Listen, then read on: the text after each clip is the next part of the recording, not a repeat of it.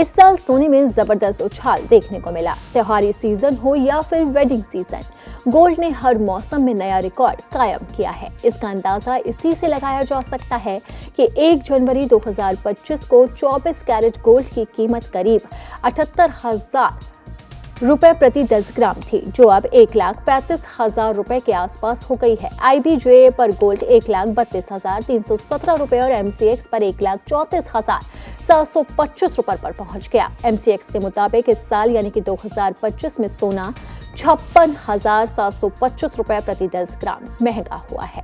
अब ये सवाल है कि आखिर साल 2026 में सोने के दाम कहां तक पहुंचेंगे और गोल्ड में निवेश करना अभी कितना सही रहेगा। तो इसे लेकर कमोडिटी एक्सपर्ट अजय केडिया ने एडवाइजरी जारी की है और इसी के साथ ही बड़ी भविष्यवाणी भी करती है।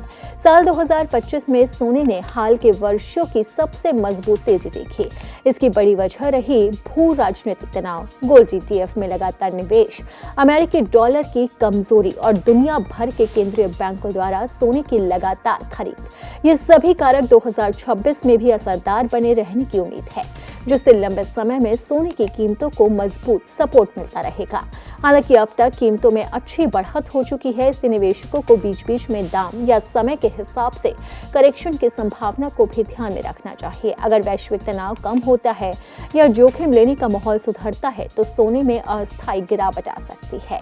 इसके बावजूद सोने में आगे भी करीब 10 से 12% की बढ़त की संभावना बनी हुई है और कीमतें धीरे धीरे 1.5 लाख रुपए के स्तर की ओर बढ़ सकती है। पोर्टफोलियो के नजरिए से निवेशकों को सोना होल्ड करके रखना चाहिए और उतार चढ़ाव से निपटने के लिए SIP के जरिए अनुशासित निवेश करना बेहतर रहेगा, जिससे औसत लागत सुधरती है। निवेश के लिए गोल्ड ETF ज्यादा प्रभावी विकल्प है, जबकि फिजिकल गोल्ड शादी ब्याह या अन्य पारंपरिक और उपभोग से जुड़े कामों के लिए ज्यादा उपयुक्त माना जाता है।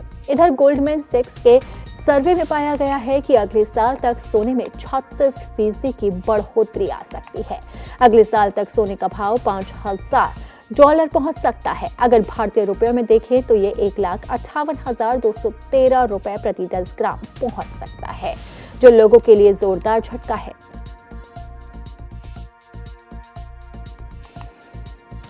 अगले